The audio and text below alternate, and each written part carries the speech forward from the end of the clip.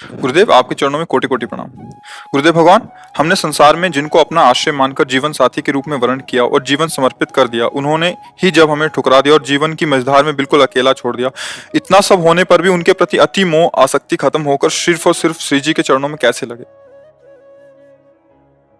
एक बार मार्कंडे जी के आश्रम के पास सूरथ नाम का एक वैश्य और एक राजा दोनों आपस में मिले। तो राजा से पूछा, आप जंगल में यहाँ कैसे? कहा, मेरा राज्य छिन गया है, पर मैं वही राज सिंहासन, वही राजमहल, वही रानियां, ये हमारा चिंतन नहीं जा रहा है। मुझे राज्य मिले इस बात के लिए तो मैं दुखी नहीं, पर मैं अपने परिवार को नहीं छोड़ सकता। और रोने लगा। फिर पूछा, आप क्यों इधर जंगल में? तो उनका, मेरे बेटे ने मुझे पीट के निकाल दिया, सारी संपत्ति छीन ली, पर मेरा मन उसी के लिए तड़प रहा है। वो भले मुझे पीटे, पर मैं अपने बेटे, बहू, परिवार को नहीं छोड़ सकता। बोले, तो बड़ी विचित्र हम दोनों की दशा है कि वो हमें छोड़ रहे हैं, हमें ठुकरा रहे हैं, और हम उनके लिए रो रहे हैं, ये क्या है? तो राजा ने कहा, पास में मार्कंडे जी का आश्रम है, हम लोग उन महापुरुष के पास चलते हैं और अपना निवेदन करते हैं। तो जाके प्रणाम किया और अपनी बात दोनों ने रखी। तो मार्कंडेय जी ने कहा, ये भगवती माया का प्रभाव है। अगर भगवान की ऐसी प्रचंड माया ना हो तो सब परमानंद में मगन हो जाएं। ये माया ही, वो हमें धोखा दे, वो हमें ठुकराए, पर हमारा मोह, हमारी ममता उससे बिलग नहीं होती है।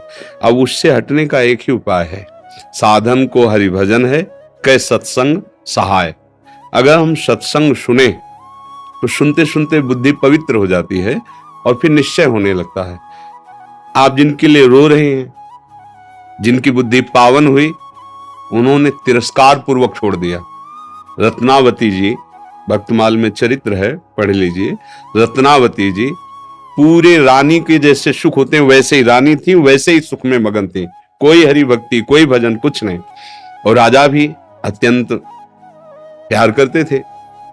पर दासी वो वृंदावन आती थी और संतों का संग करती थी, सत्संग, तो उसके हृदय में गोविंद के चरणों में प्रीति उत्पन्न हो गई। वो रानी के कभी पैर दबा रही होती तो एकदम बोल पड़ती, हा कुंज बिहारी, हा गोविंद।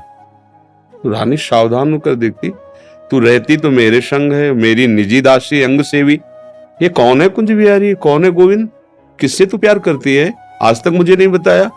हमारे यहाँ की दासियां तो आजीवन समर्पित अंग सेवी होती हैं, ये क्या? तो मुस्कुरा दी, बोली, महारानी आप अन्यथा मत समझना, ये कोई व्यक्ति नहीं हम जिससे प्यार करते हैं। नहीं नहीं, तू पूरी बात बता दो, मत सुनो, मत सुनो, नहीं किसी काम के नहीं रह जाओगे। और रो पड़े। भगवान का जो प्यार होता है ना हृदय में, वो अलग कोटि का होता है। वो बस मत पूछो, आप मत पूछो। अब तो और आकर्षित हुई, नहीं नहीं आप बताओ ना। तो जब बैठ करके भगवत चर्चा, उनकी रूप माधुरी, गुण माधुरी, वो तो इतना उसके हृदय में अच्छा लगा कि पैर दबाने से हटा के सिराने बैठा लिया। देखो तुम अब वहां नहीं, अब यहां बैठ के केवल हमें प्रभु की बात सुनाओ। इतना रंग चढ़ा कि हृदय विकल हो, उनका कैसे दर्शन हो सकते हैं? गोविंद के कैसे दर्शन हो सकते हैं? बिहारी जी के कैसे दर्शन हो? तो उनका, महारानी जी एक उपाय है, यदि प्रगट में संतों का संग किया जाए तो निश्चित संत सभा में गोविंद छुपे रहते हैं, वो जरूर कृपा करेंगे।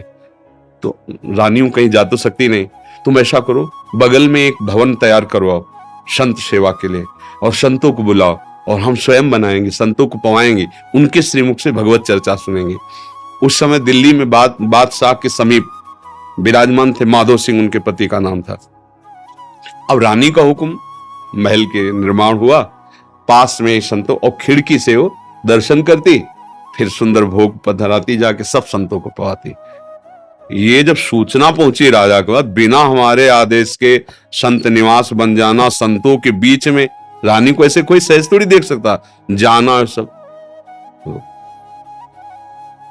हुक्म कर दिया, बिल्कुल नहीं, संतों के समीप जाना बंद, ये सब बिल्कुल, क्योंकि एक राज मर्यादा होती है ना।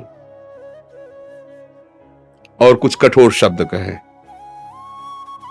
तुरंत नाई को बुलाया, अपना मुंडन कराया और संतों के बीच में बैठ गई। बोले, आज से राज अन्न का त्याग, अगर मैं कहीं रानी हूं कहीं भी किसी भी अंग में मैं उसे रानी नहीं रहने दूंगी जो मुझे संत और गोविंद से दूर कर दे। कदाप ये जब सूचना पहुंची को तो मुड़ मुड़ा के बैठ गई सुन। सोचा ये तो मतलब भारी के भारी अपमान, इससे ज्यादा क्या हो सकता है। अगर मैं मारता हूं तो प्रजा विरोध में हो जाएगी, इसलिए इसको मारना तो है। बोले एक जंगली सिंह लाओ और छोड़ दो, तो संतों को, रानी को, सबको मार डालेगा वो। ऐसा ही किया गया। सैनिकों ने जैसे चारा रख के, बकरा आदि रख करके पिंजड़े में सिंह को बंद करके लाए और दरवाजे पे को, वही दासी जो उनकी गुरु थी वो आरती की सामान दे रही थी और पूजन की थाल लेकर वो ठाकुर जी का श्रृंगार कर। दासी ने कहा महारानी सिंह, जो ही पिंजरा से खुला गया तो ऐसे मुड़ी, उनका सिंह नहीं नरसिंह, भगवान पधारे थाल लेके। सिंह ऐसे जैसे कोई गाय ना, सीधी गाय हो, ऐसे तिलक लगाया, आरती की, प्रणाम किया। ऐसे सब देखते रह गए। फिर लौटा सिंह को मारी छलांग, तो जो ऊपर बालकनियों में खड़े देख रहे थे ना मान सिंह के आदमी, फाड़ के फेंक दिया और गुर्राता हुआ भाग गया।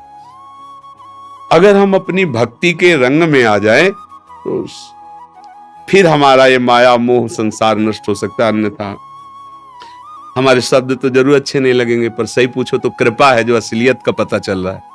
यहां कोई किसी से प्यार नहीं करता। अपने सुख स्वार्थ की जब तक पूर्ति लगती है, हमारा मन जब तक राजी है, तब तक हमें आपको प्यारे कहते हैं, अपना प्यारा बना लेते हैं। और जब हमारा मन कहीं और राजी हो गया तो आपकी तरफ देखते नहीं। संसार का यह स्वरूप, पर मेरे प्रभु का ऐसा स्वरूप नहीं है। सबरी मैया कोई ऐसा थोड़ी बहुत रूप ऊंचे कुल की, ऐसा नहीं था। सबर जंगली जातियों में आती है उनमें, लेकिन भगवान की भक्ति से बड़े बड़े ब्रह्म ऋषियों के आश्रम में भगवान नहीं गए, सबरी माता के। भगवान ये सब संसार यही सब देखता है, तुम्हारा रूप, तुम्हारा गुण, तुम उसके काम लायक हो कि नहीं हो। अगर स्वार्थ की पूर्ति लायक नहीं हो तो कोई भी हो, हट जाओ या वो मार डालेगा। संसार का स्वरूप है, कोई न कोई नाटक करके तुम्हें नष्ट कर देगा संसार। लेकिन हमारे भगवान कैसे भी नीच, पतित, अवगुणी, कुरूप, बिल्कुल मूर्ख कैसा भी हो, भगवान उसे अपनी गोद में ले लेते हैं।